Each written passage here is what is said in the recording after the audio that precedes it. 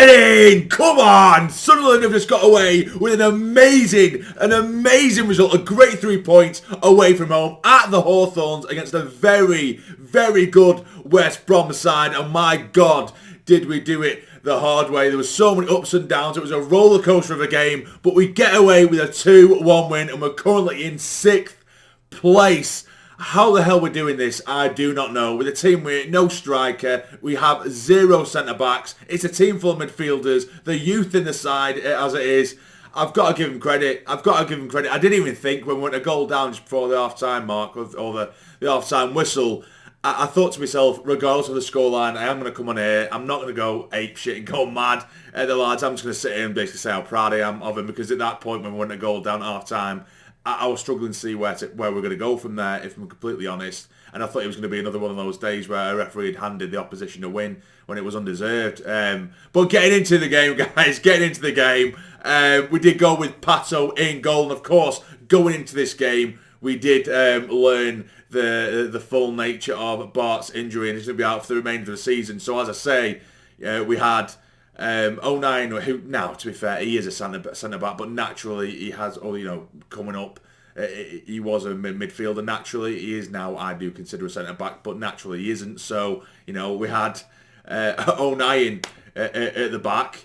We had Trey Hume playing centre-back, who's a right-back. Gucci, again, is one of those who we have been playing him at right-back all season, but naturally he's a winger. He's playing at right-back, and the only natural defender there was Dennis Serkin playing at left-back. But then we had, Clark, Eck started in the middle with Dan Neil. You had Diallo, Gelhardt, and Barr started as well. We hadn't seen him for quite some time starting anyway, so I was really pleased to see him start. But I looked at that and I just thought, West Brom have some height in their side, some big physical lads, and it's just a team of kids with 0 height. I think the tallest player we had on the pitch was only, 6 foot barely, if that. So I did think we were going to be outmatched physically. And in the opening 10 minutes of the game, that did sort of prove to be the case, particularly with their press and the way they work. Their press is absolutely outstanding. Opening 10 minutes, even just we like to play out regardless of any press. We don't fear any team. But regardless of whether you fear a team when they give the press or they do the press, when you try to play out from the back, it comes with the danger. It really is just Russian roulette at times at the back. And we literally just constantly losing it in really dangerous areas, or we just couldn't, string a couple of passes together because they would just nick it off us, and they were pinging balls in the box, and we were managing to get it away just. But then their press did seem to drop, and then this is where we, I believe, looked the more dangerous side. Throughout the entirety of that first half, not once did they test Anthony Patterson. Like I say, a couple of balls in here and there, a couple of distant shots, nothing really, but it was us that were making the chances. I'm not going to sit here and say we had a plethora, do you know what I mean, or we were just lining up and queuing up, because we weren't. But we were the ones that were testing the keeper, making the real chances. Clark on that left-hand side does brilliantly well. He was getting a lot of stick from the West Brom fans, because there was a couple of instances where he did go down a little bit easily, which we know Jacques can do and he is capable of doing. It's the nature of a winger in the modern day, unfortunately, isn't it? But one time he did cut in from left to right, as he does. It's so predictable, but again, I said that 1,000 times this season, if you're so good at doing something, be it predictable or not, you can't stop it. We've seen it with teams coming up against us. Certain players are going to do certain things, but you can't stop them if they're that good at it. And Jack, he's got that in abundance when he cuts in from left to right. He did it brilliantly, shaped it up, and all he had to do, he looked like he was trying to guide it into that top right-hand corner, but he put it at a nice height for the keeper to parry away. And we got another chance as well, and it was actually from a set piece, which you thought, again, with the whole height thing, I didn't think this would be the kind of chance we were getting, but from the corner, finds Gelhardt at the back post on the volley. It's an absolute bullet of a volley, and it looks like it's going to at least test the keeper, because it is from relatively close range. It could have gone anywhere, or even the back of the net, but the defender manages to get ahead on it and flicks it over the bar, fortunately for West Brom. But as I say, we're making these chances. West Brom didn't really have much. Then they do break away. Ball, it's in the box. Their man is already going down, and this is why I was absolutely infuriated. I just thought it'd be typical if our season is finished. It'd just be so apt if our season was ended by a poor refereeing decision, because I know what all other teams have to deal with it, but my God, we've seen some diabolical refereeing decisions, and this was up there as well. Some people disagree with me, I've seen it on social media, but for me, if you look at all the replays, different angles, it's clear as day. The West Brom man is in the box, he's already falling backwards to the floor, the ball is bobbling away. Luke Cornine, he goes in strong, but he's going to get the ball as it is bobbling away. He's swung at it, completely missed it, and he's hit thin air.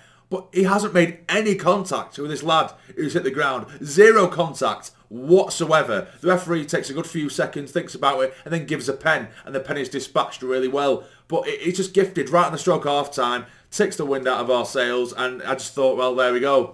This is it. And this is why I was planning on sitting here, win or draw or loss, and just say how proud I am of the lads, because we were doing everything we possibly could given the situation, given the circumstances. We were playing better than West Brom, and the ref had just gifted it him, which was absolutely infuriating.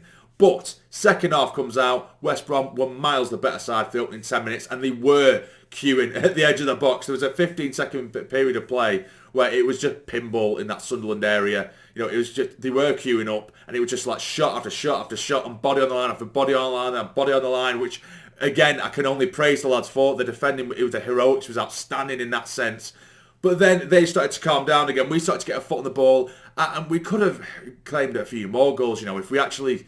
It was our decision-making. Rather than making clear-cut opportunities, it was our decision-making, because they were piling bodies forward to try and see the game out or see the game off, add to their tally, as you'd expect a team like West Brom to do. But there were 2 or 3 times where we broke. One in particular that comes to mind is, Gooch was leading this break, right down the centre. It was like 4 or 5 on 2 in our favour. And, he's got bodies either side. He had Clark on the outside left, and then he had Gelhardt, he had Diallo, and I think it was someone else who was getting involved, maybe Barr as well. And he's gone for the wrong option. I mean, he could have gone for any of the lads who were totally free, but he's gone for Clark, who was on the outside, and he's dragged it behind him. And so he just slowed the play down, allowed everyone to get back. He could have gone for goal himself if he wanted. He would just pass it, and it would have been such a great opportunity. But little things like that. But that did actually end up resulting in the ball being recycled and found. Neil from distance, who forces a brilliant save from the keeper. He parries it straight into the path of Clark from a very tight angle, and then he puts it just wide of the far post. So we're asking questions, and eventually Lyndon Gooch again, who had a great game as captain, fantastic game. He breaks forward on the right-hand side, swivels as he does, dinks the ball. It's a lovely floated ball into the box. And again, we're talking about height, weren't we, earlier on, and our lack of it. So I didn't expect us to score an absolute thunder bastard of a header. I say thunder bastard. It was more just a pinpoint accuracy. The ball was floated in, lovely, gorgeous assist from Lyndon Gooch, as I say. There's Dennis Serkin in the middle. He leaps like a salmon and then just nods it, and it just floats into that top corner. Keeper has absolutely no chance, and it's 1-1. And then again, like I say, at this point, they're just calling for everything. Every time that they get the ball in their box, they're shouting for penalties, be it handballs or pushes, everything. Every time the wind blows, it's a penalty, apparently. It was getting really desperate, as you do at any time, well, any team, should I say. They do anyway, don't they, when they're absolute desperate measures, back against the wall, that kind of stuff. Throwing the kitchen sink at us. But then we do break away. We bring on the likes of Pritchard, Roberts, Mishu as well, bringing on the lads. We break forward, really good. It's just, like I say, because we don't have the striker, so many times this season we've had to be forced into playing football, and that's it's almost like a double-edged sword in it at times, because sometimes you do need the outlet of a striker, but because we've had to focus so hard on keeping the ball on the ground and playing football, we see some beautiful goals. And this was no exception at all. Break forward, quick, intermittent football, into good give and go. Pritchard onto Serkin again. He drives into the box, and it was outside of the fort, into the near corner, into the top left, and it's a gorgeous finish to make it 2-1. And then, like I say, they throw the kitchen sink at it. There's a good handful of opportunities that pinging it from distance. Last 15-20 minutes.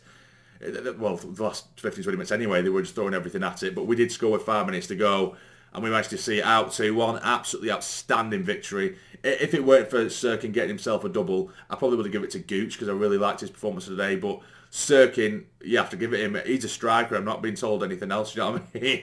If he stayed fit all season, he could have got quite a few, because he's already managed to get a handful, hasn't he? Even in this sort of stop-start season that he has had.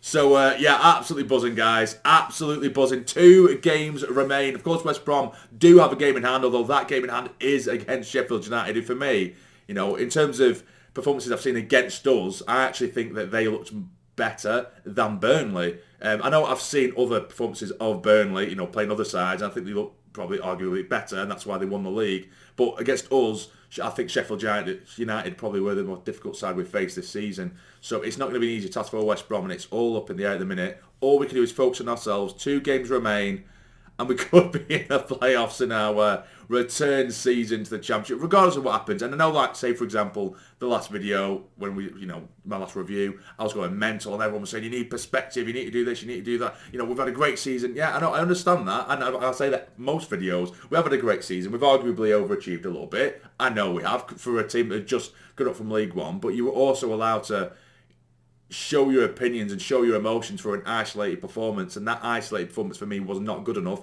and it was a waste opportunity. Imagine we won that game, which we arguably should have done. Or, you know, it's not me slating the season on one result, but yeah, as of right now, fantastic. It's the happy camp over here. We're in a happy camp, in a good mood. Amazing, absolutely amazing, guys. So what do you think of the game? Let me know in the comments down below. Are Sunderland going to make the playoffs? Again, let me know in the comments. But if you've enjoyed, please hit the like button for me. It'd be massively, massively appreciated. And subscribe to the channel if you're not already to become a fully fledged member of the Sarny Army. But for now, take care, stay jamming.